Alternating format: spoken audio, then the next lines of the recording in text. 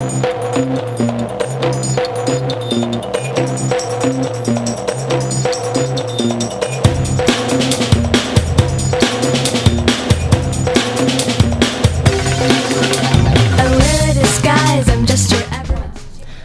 welcome to the Hawk's Nest. I'm Anna Montag. And I'm Sean Brinkerhoff. The Hawk's Nest is now bigger and better. We have grown such a large class, and we have two teams. We have an orange team and a black team. And we're the orange team. That's right. Now, there's a lot of stuff going on in Iraq, and it's kind of hard to figure out everything that's going on. Do you have any word on that? As a matter of fact, Sean, I do. With the war against Iraq looming in the not-so-distant future, many of us are wondering if taking military action is really necessary. So why is the U.S. considering an attack? The U.S. considers Iraq in violation of a UN resolution and believes that Iraq has not fully disclosed of all of its weapons of mass destruction and weapon-making capabilities. We got your opinion on the situation and how this will affect you here at PHS. I think it's a bad idea because I had to sign up for the BAP when I was 18 and that's really scary because I don't want to go over there and get shot. I'm being directly impacted by this. I have a son and a son-in-law in the military. My son-in-law is in active duty with the Army, and his group is being deployed between February 10 and February 15. They're not being told where they're going, and I love the reason why. They don't want CNN News to know. I believe first that there's not enough information for us to be able to go to war with them. There's still too much that we don't know, and we can't do it alone. It's going to have to be a UN-sanctioned event. Otherwise, we're going alone, and it's not going to look good for us. Either way, I'll be happy with it, I think. If we go to war, if we don't. I think that we shouldn't go to a war with Iraq. Is that weird for you? Because you know what's weird for me? Signing up for the draft. That would be very weird. I mean, going to a foreign country like that and not having the comforts of my home. Wow, those were some really interesting interviews. They sure were. And I'll tell you what, I can't go fight a war without my guitar. I have a band that's going to be in the talent show. If anybody didn't know anything about the talent show, I have a little song about it. My band is called the Mark, Jason, Mike, Sean Band. And I'm going to sing a song about the talent show right now, okay? All right, Sean, you go ahead and do that. Okay, here goes. Do you have the coolest hair?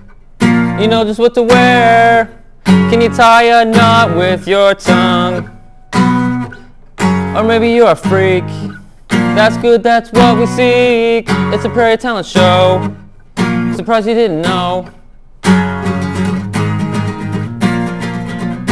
It's the Prairie Talent Show. So get up and go, sign up your name. It could be your claim to fame. It's the Prairie Talent Show.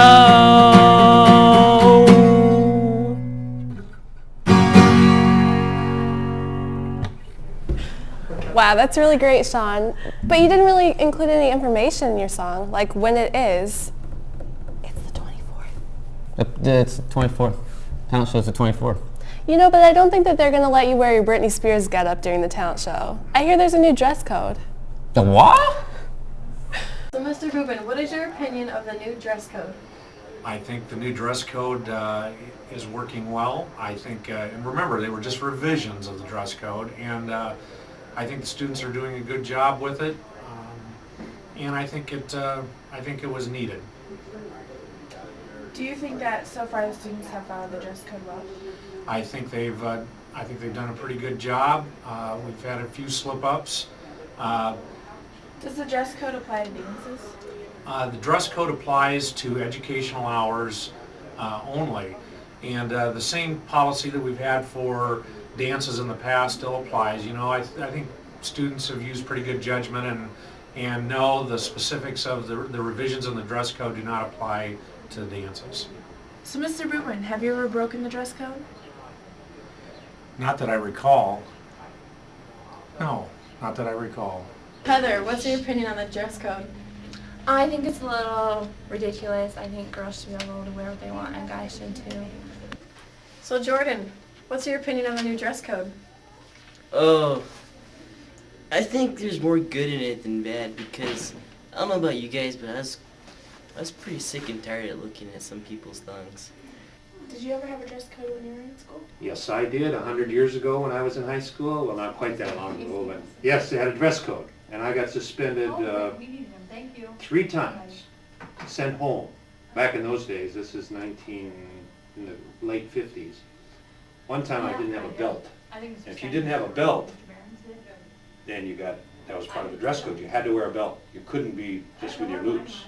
So those were my experiences with a dress code. I hear they're banning hockey jerseys. Well, if that were to happen, I'm sure that there could be some violence that would ensue. Probably massive rioting in school.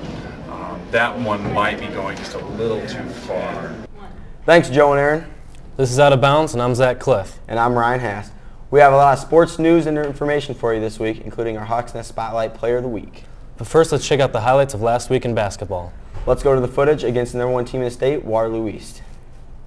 The fans were psyched up for this one. Prairie came strung out of the gates. Here's Chris Kruger on a nice backdoor cut. And one. Throw it down, big fella. Fox with the deuce. Kruger kept it close in the second half by knocking out a couple of key three-pointers, but East eventually pulled away with a bunch of offensive rebounds. Final score, Waterloo East 82, Prairie 67. Girls game at Cedar Rapids Xavier. This game was very exciting. The fans were excited. Money ball. Cash. Prairie was victorious by clutch free throw shooting by Amanda Broadsack, Melissa Langers, and Chelsea Paddock. Final score, 52-49. Our Prairie Wrestling squad had a tough time with Xavier last week. We'll be sure to have some highlights for you next week of our Prairie Wrestling team. Now let's go to Troy Duffy, our interview specialist, with our Player of the Week, Chris Kruger. Thank you, Ryan and Zach. I'm Troy Duffy, and I'm here with the outstanding athlete of the week, Chris Kruger, who's a great basketball player. And I have a few questions for him. What makes a team what it is today with your presence? Well, a lot of us have been having pretty bad games, and so I kind of needed to step it up for our team, and this was the time to do it. I'm going to say a paragraph, and you fill in the blanks. I would like to go down by the bay and eat some hay. I think I just may. What do you say? Okay. To be successful at the end of the season, what do you see your team doing in practice and games? What do you guys have to do to reach that pedestal? Mostly we have to get our team chemistry together, and we just need to work as a team, and we haven't been doing that lately, and we're just starting right now, but we're getting a late start on it, but that's all right. We'll be fine, I think. Is there anything you can't do, Mr. Kruger? I don't know about that. Can you do this? See that ball? Oh! Let's try that again. Ball Haas.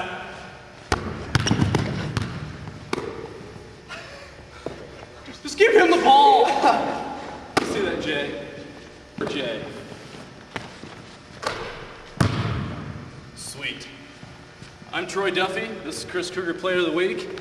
Back to Ryan and Zach in the studios. Thanks, Troy. That about sums it up in the week of sports. Don't forget tonight there's a Cedar Falls game for guys basketball. And don't forget to come early. At 4 o'clock, the freshman girls take on the Xavier Saints, following the spaghetti dinner at 5 o'clock. Now back to the desk. Bye. Bye.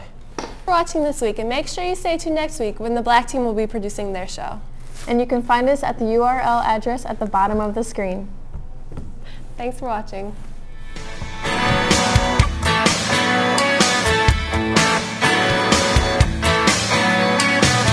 Looking back now, well, it makes me laugh. We were growing our hair, we were cutting class. Knew it all already, there was nothing to learn. We were striking matches just to watch them burn.